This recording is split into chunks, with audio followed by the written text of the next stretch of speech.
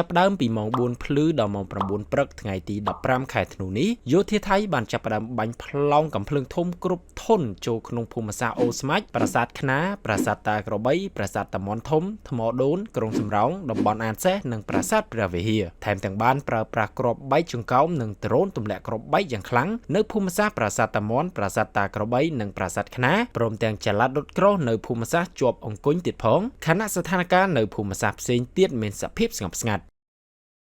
ចូលមកដល់ម៉ោង 10:08 នាទីព្រឹកយោធាថៃបានប្រើប្រាស់យន្តហោះ F-16 ទម្លាក់គ្រាប់បែកមួយគ្រាប់នៅភូមិសាស្ត្រស្ពានអូជីកនៃព្រំប្រទល់ស្រុកស្រីស្នំខេត្តសៀមរាបហើយ3នាទីក្រោយមកនៅម៉ោង 10:11 នាទីយន្តហោះ F-16 ក៏ទម្លាក់មួយគ្រាប់ទៀតនៅទីតាំងដដែលការទម្លាក់គ្រាប់បែកនេះគឺនៅគៀកនឹងជំរុំជនភៀសសឹកតែម្ដងបណ្ដាលឲ្យពលរដ្ឋជាច្រើនដែលទើបតែភៀសសឹកចេញពីផ្ទះរបស់ពួកគាត់ត្រូវភៀសសឹកចេញពីជំរុំក្នុងស្រុកស្រីស្នំនេះម្ដងទៀត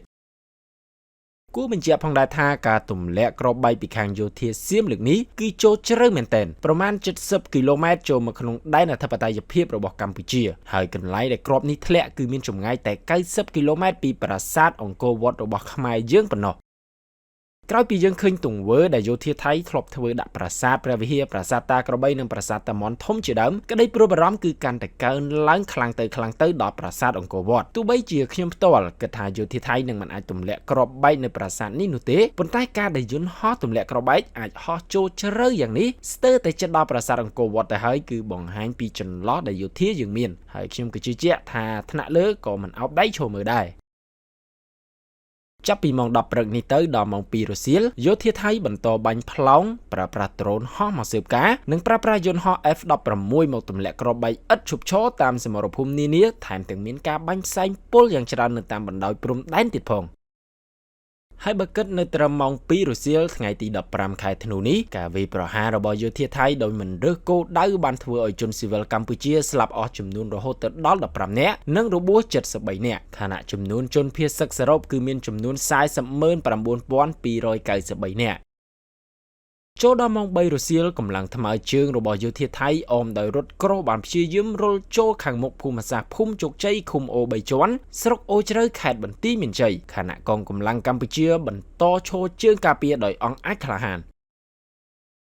ក្រឡេកមកមើលជំនួយដែលសប្បុរសជនជួយបរិច្ចាគវិញគឺតកន្ទុយគ្នាមិនដាច់តែម្ដងពិតជាអស្ចារ្យមែនទែនហើយជំនួយទាំងឡាយក៏បានទៅដល់ដៃជនភៀសសឹករាប់សិបម៉ឺននាក់និងវីរៈកងទ័ពផងដែរប៉ុន្តែសូមអ្នកទាំងអស់គ្នាបន្តនៅទឹកចិត្តមួយនេះព្រោះចំនួននេះមិនមែនចប់ត្រឹមនឹងនោះទេក៏មិនចប់ត្រឹមយោធាថៃឈប់បាញ់នៅថ្ងៃនេះឬក៏ថ្ងៃស្អែកដែរចំនួននេះមានរយៈពេលរាប់សិបឆ្នាំមកហើយគំនិតចង់ឈ្លានពានទឹកដីខ្មែរក៏ថៃមិនដែលចោលដែរដូច្នេះយើងត្រូវបន្តជួយនិងគ្រប់គ្រងទៅដល់វីរៈកងទ័ពទោះបីប្រទេសយើងមានសន្តិភាពវិញក៏ដោយ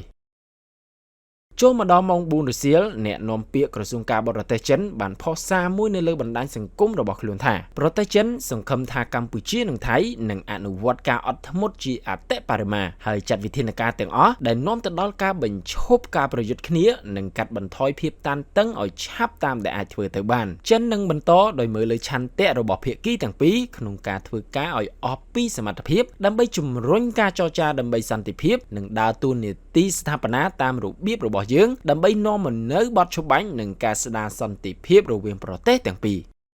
នេះក៏អាចរាប់បានថាជាដំណឹងល្អមួយក្នុងការបញ្ឈប់សកម្មភាពឈ្លានពានរបស់យោធាថៃហើយកម្ពុជាក៏សូមអរគុណនៅទឹកចិត្តមិត្តចិនដែលជួយរកសន្តិភាពឲ្យកម្ពុជាប៉ុន្តែទោះបីជាមានការជួយឬក៏មិនមានការជួយពីប្រទេសផ្សេងក៏ដោយកម្ពុជាក៏នៅតែត្រូវពឹងលើខ្លួនឯងដដែលបានន័យថាទឹកដីកម្ពុជាគឺនៅតែពឹងលើប្រជាពលរដ្ឋកម្ពុជា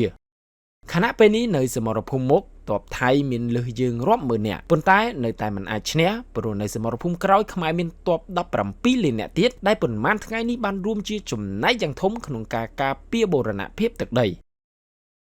ខ្ញុំបាទក៏នឹងទទួលជំនួយពីអ្នកទាំងអស់គ្នាតាមរយៈ QR នេះដែរកាលពីជើងមុនខ្ញុំផ្ដោតជួយទៅដល់វីរៈកងទ័ពដែលពលីនិងរងរបួសចំណែកលើកនេះខ្ញុំផ្ដោតលើវីរៈកងទ័ពដែលកំពុងនៅសមរភូមិមុខ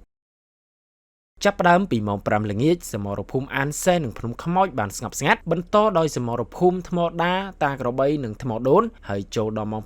8:50 នាទីសមរភូមិទាំងឡាយហាក់មានសភាពស្ងប់ស្ងាត់អស់ទៅហើយនៅឡើយតែសំឡេងគ្រាប់ផ្លោងមួយគ្រាប់ប៉ុណ្ណោះ ចាប់ពីម៉ោង10យប់ថ្ងៃទី15រហូតដល់ម៉ោង4ទៀបភ្លឺឆ្លងចូលថ្ងៃទី16ខែធ្នូនេះគ្រប់សមរភូមិទាំងអស់បានស្ងប់ស្ងាត់អស់ទៅហើយប៉ុន្តែសូមបងប្អូនទាំងអស់គ្នាកុំយល់ច្រឡំថានេះជាសន្តិភាពឲ្យសោះថៃអាចនឹងវាយប្រហារយើងគ្រប់ពេលហើយជនភៀសសឹកទាំងអស់ក៏មិនទាន់បានត្រឡប់ទៅគេអឋាននៅឡើយដូចគ្នាជំនួយរបស់បងប្អូននៅតែបន្តដើរតួជាសរសៃឈាមសម្រាប់ប្រទេសយើងទាំងមូល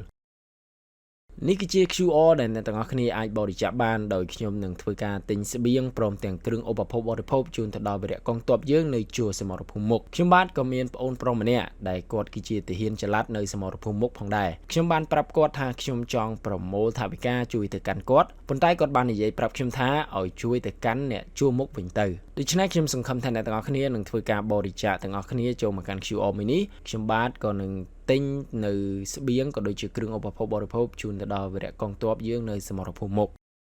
វីដេអូនេះក៏មានតែប៉ុណ្្នឹងដែរយើងចាំជួបគ្នាវីដេអូក្រោយបាយបាយ